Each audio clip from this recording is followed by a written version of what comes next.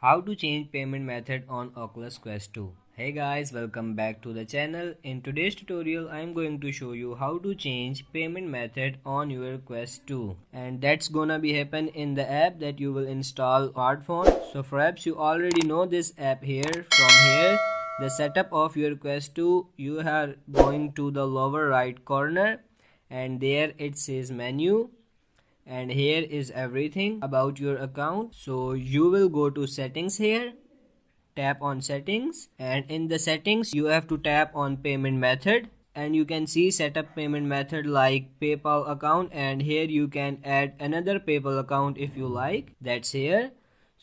So you can just log into your PayPal or add a credit card, and then you can add your stuff here, and that's it. Then you can change your payment method, and you can also remove your current payment method, put a new one or select a new one, and that's how you do that. So that's so easy. So that's how you can change payment method on Quest 2. If you found this video helpful for you, like this video and subscribe to the channel. Thank you.